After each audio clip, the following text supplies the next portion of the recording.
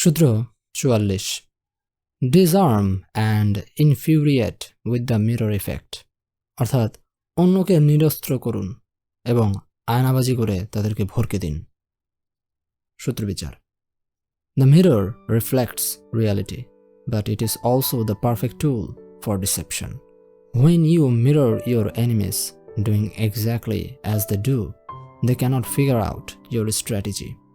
The mirror effect mocks and humiliates them, making them overreact. By holding up a mirror to their psyches, you seduce them with the illusion that you share their values. By holding up a mirror to their actions, you teach them a lesson. Few can resist the power of the mirror effect. অর্থাৎ আয়না বাস্তবতাকে প্রতিফলিত করে, কিন্তু এটি আবার ধোঁকা দেবার মোক্ষম অস্ত্রও বটে। যখন আপনি আপনার শত্রুকে সে যা করছে তার হুবহু নকল করতে থাকেন, তখন সে আপনার গোপন কলাকৌশলগুলো বুঝে উঠতে পারে না। আপনার এই আয়নাবাজি বা নকল করাটা তাদেরকে খেপিয়ে তোলে এবং এতে তারা অপমানিত বোধ করে ও উত্তেজিত আচরণ করে বসে। তাদের মনের সামনে আয়না ধরে রাখার মাধ্যমে আপনি তাদেরকে উত্তেজিত করে তোলেন, এই ইলুশনের দ্বারা যে আপনিও তাদের মতো।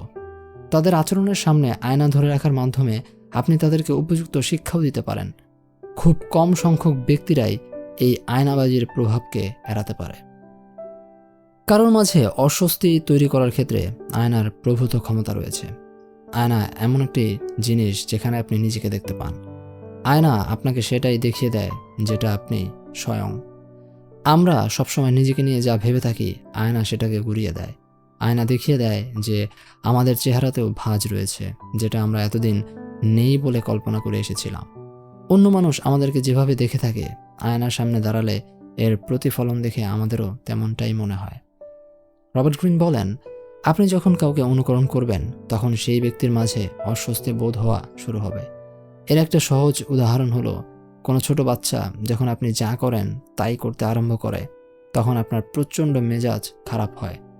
শুরুর দিকে কিছুটা শুয়ে নিলেও এক পর্যায়ে তীব্র বিরক্তি লাগা শুরু হয়, কারণ আমরা কেউই নিজেদের প্রকৃত অবস্থা জানতে চাই না। আমরা পালিয়ে বেড়াতে চাই নিজেদের থেকে। আর এই যে পালাতে চাই, এই অস্বস্তির মুখোমুখি যদি আপনি কাউকে দাঁড় করাতে পারেন, তাহলে আপনি তাকে নিয়ন্ত্রণ করতে পারবেন, তাকে উস্কে দিতে পারবেন ও এক অসহনীয় অস্বস্তির মাঝে ফেলে দিয়ে ফায়দা হাসিল করতে পারবেন। রবার্ট গ্রিন ক্ষমতা হাসিলের উদ্দেশ্যে আমাদেরকে 4টি মিরর ইফেক্টের কথা বলেন। এখন আমরা সেগুলো নিয়ে আলোচনা করব। First mirror effect, the neutralising effect. আপনার শত্রুপক্ষ যা করছে আপনি যদি তাই করেন, তাহলে আপনার শত্রুপক্ষ দিশেহারা হয়ে যাবে। কেননা আপনার শত্রুপক্ষ আপনাকে তখনই সাহায্য করতে পারবে যখন তারা আপনার কলাকৌশল সম্পর্কে বুঝতে পারবে। কিন্তু আপনি যদি নিজের কলাকৌশলগুলো লুকিয়ে কেবল তাদেরটাই অনুকরণ করতে আরম্ভ করেন, তাহলে তারা আপনার গোপন কলাকৌশল ধরতে পারবে না। উল্টো আপনার নকলবাজি বা আয়নাবাজি দেখে বিরক্ত হয়ে ভুল করে বসবে, আর ঠিক তখন আপনি আপনার শত্রুর ওপর মোক্ষম আঘাতটা করতে পারবেন।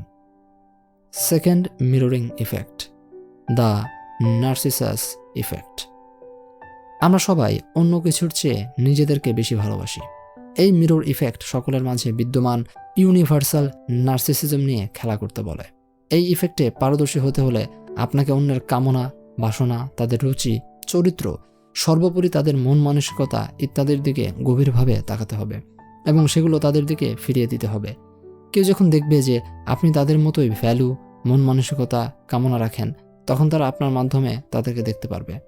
আর আপনার মধ্যে তাদের নিজেকে দেখতে পাওয়ায় তারা আপনার প্রতি দুর্বল হয়ে পড়বে, এমনকি আপনাকে ভালোবেসে ফেলতে পারে। Third mirroring effect, the moral effect. এই মিররিং ইফেক্ট খুব পুরনো একটি পদ্ধতি। এখানে আপনি অন্যকে শিক্ষা দেওয়ার জন্য এটা প্রয়োগ করতে পারেন। কেউ আপনার সাথে অসদাচরণ করলে সেটা নিয়ে অভিযোগ করার চেয়ে তাকে তার আচরণ যদি ফিরিয়ে দেন, তাহলে সে বুঝতে পারবে তার অসদাচরণ যখন তার ঘাড়েই এসে পড়ে তখন কেমন অনুভব হয় সবার। মাঝে মাঝে অপরপক্ষ তার আচরণে অন্যের কেমন খারাপ লাগে তা বোঝে না। এক্ষেত্রে পরিস্থিতি বুঝে তাকে তার আচরণই ফিরিয়ে দিলে সে উপলব্ধি করতে পারে যে তার আচরণটা অন্যকে কতটা যন্ত্রণা দিয়েছে। কারোর অসদাচরণে অভিযোগ করে কোনো লাভ নেই। কারণ আপনি যত অভিযোগ করবেন সে তত বেশি যুক্তিতর্ক খুঁজে নিজেকে ডিফেন্স করার চেষ্টা করবে। তাই তার আচরণ তাকেই ফেরত দিয়ে দিন। এতে করে সে ইনস্ট্যান্ট শিক্ষা পেয়ে যাবে। যে যেমন তার সাথে তেমনই আচরণ করুন। Fourth mirroring effect, the hallucinatory effect. আয়না আমাদেরকে আমরা যেমন তেমন রূপে দেখালেও এটা মারাত্মক রকম হ্যালুসিনেশন ও ছদ্মবেশ ধারণ করতে পারে।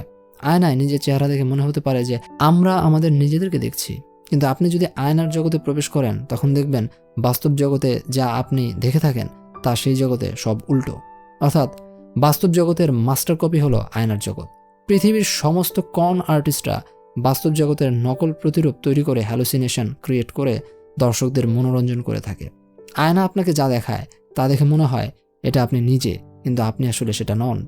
এটা হলো আপনার একটা ডামি, যা দেখে আপনার মনে হয় এটাই আপনি। তাই এই ইফেক্টের মাধ্যমে ছদ্মবেশ তৈরি করে আপনি অন্যকে বোকা বানাতে পারবেন।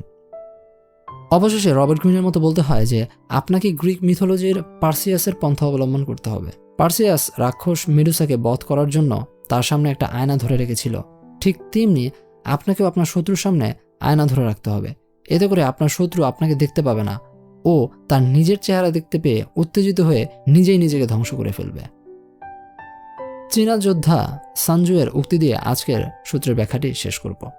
সানজু বলেন, The task of a military operation is to accord deceptively with the intentions of the enemy, get to what they want first, subtly anticipate them, maintain discipline and adapt to the enemy. Thus, at first you are like a maiden, so the enemy opens his door, then you are like a rabbit on the loose, so the enemy cannot keep you out.